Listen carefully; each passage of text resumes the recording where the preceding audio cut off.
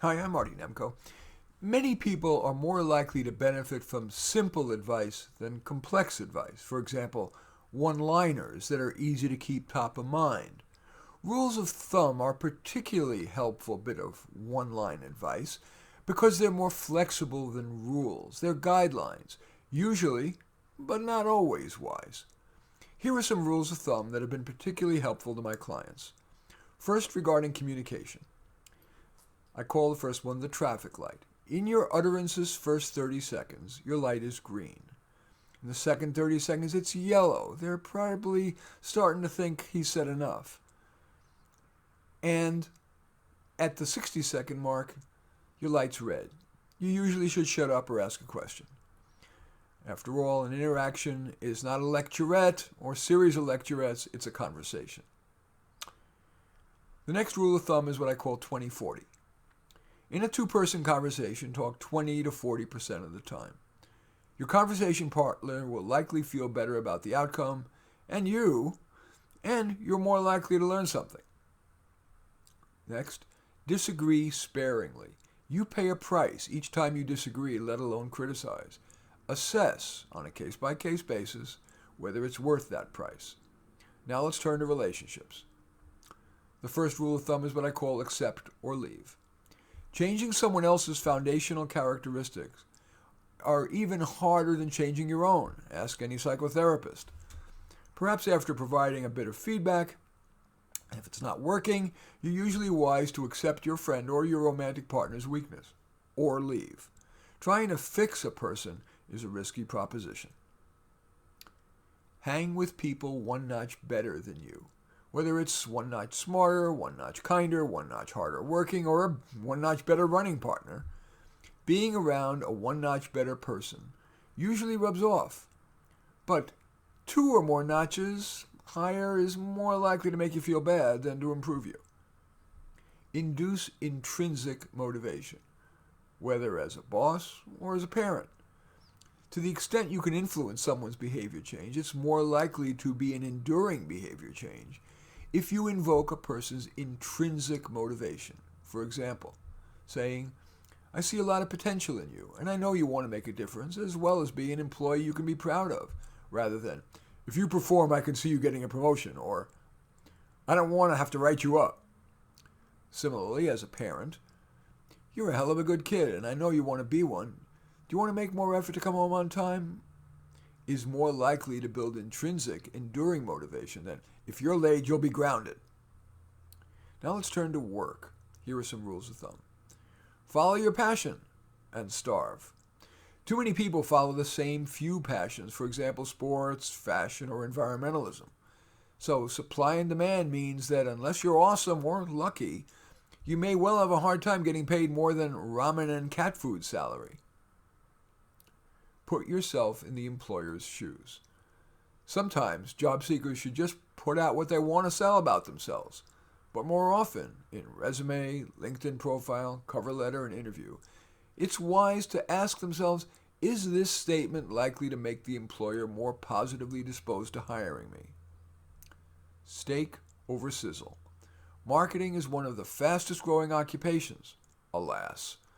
Resist getting sucked in. Yeah, networking matters. Yeah, personal appearance matters. But ultimately, you'll likely feel better about yourself and probably be more successful if you focus more on your building and presenting your skills. Build on strengths, skirt weaknesses. We are more difficult to change than we may think, and more difficult to change than self-improvement gurus assert. Of course, core weaknesses, for example, the tendency to violence, must be addressed. But beyond such, it's often wiser to do work and avocations that leverage your core strengths and sidestep core weaknesses. Maximum contribution trumps work-life balance. Of course, some people lack the physical or mental stamina to work long hours, or they're otherwise just busy with just life. But consistent with your energy level, you may live a life better led if you spend discretionary time doing work that uses your best skills to improve the lives of people in your sphere of influence. And the final work rule of thumb is up isn't the only way. Only some people are wise to aspire upward. To avoid reaching your level of incompetence or having to work more than you want, decide whether, at least at this point in your life, whether it's wiser to strive upward, be grateful for your status quo, or even take a step down.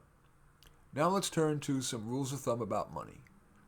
Status is the enemy of contentment. We waste money. We, on stuff or on a Tony address, we endure painful careers for mere status.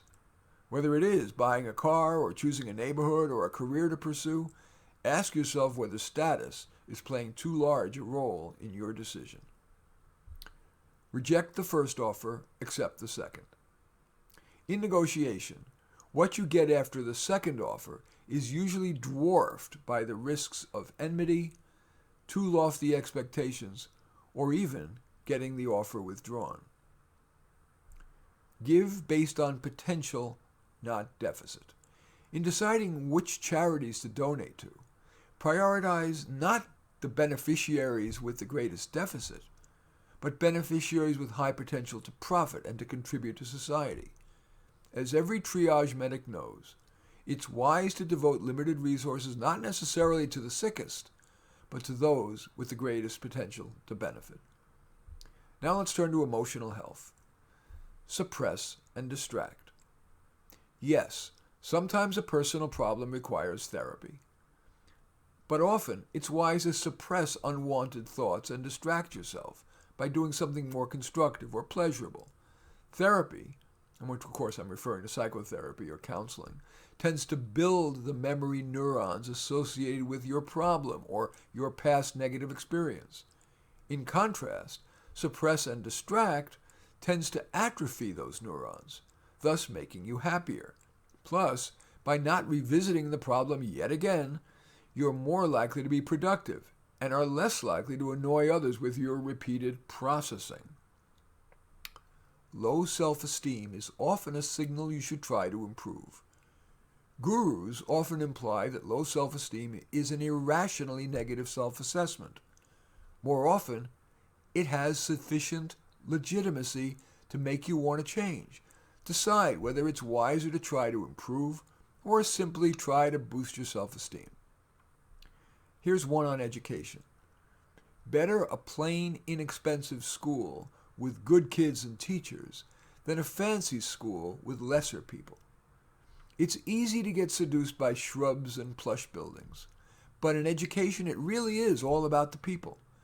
I would rather be educated, I'd rather have my child educated in a tenement that has inspiring teachers and smart, kind kids than be educated in a palace filled with the mediocre. Now here are some miscellaneous rules of thumb. Is there a better use of my time? I believe that to be the most beneficial rule of thumb. Is there a better use of my time? Using it before making even minor decisions can make the difference between being a productive human being, a worthy and in control of your life person, versus feeling ineffectual and overwhelmed. Force yourself. Yes, force yourself to do that task. Some procrastination experts insist you must treat procrastination as a symptom and dig deep to work through a root cause, usually fear of failure. But often, the problem is simply hedonism, a desire to do something more pleasurable, even if that's not in your interest. Successful, contented people get comfortable being uncomfortable. For example, doing that ugly work project, or your taxes, or yes, completing that honey-do list. Be judgmental. The more accepting term for that is discerning, but judgmental is probably more accurate. No matter how self-loathing you may be, you don't deserve the punishment of having to accept badness in people or products. Make judgments and inferences based on reasonable current and past experience. You'll be happier and more successful. Have an experimental mindset. Instead of excess rumination, take low-risk actions and monitor their success. For example, in a search for a better job, or in dealing with coworkers, friends, and family members. What would your wise self do? Think twice before doing or believing something because it's the norm, whether marrying, hating, or loving the President Trump, whatever. Take a deep breath and think, what would your wise self do? And finally, eat mainly fruits and veggies and small amounts of the rest. I believe that advice, compliments of Michael Pollan, distills the enduring wisdom of mountains of diet advice into one wise sentence. I would add, and forgive your screw-ups. An occasional one is far from life and death. Again, all of these are not rules, but rules of thumb, to be used or rejected depending upon your situation. In any event, I do thank you for watching. I'm Marty Nemko. I welcome your giving this a thumbs up and accept your thumbs down. Your comments are also very welcome. You're hitting the share button down there and sharing it on your social media and or subscribing to my channel. And in any event, I do thank you for watching. I am Marty Nemko.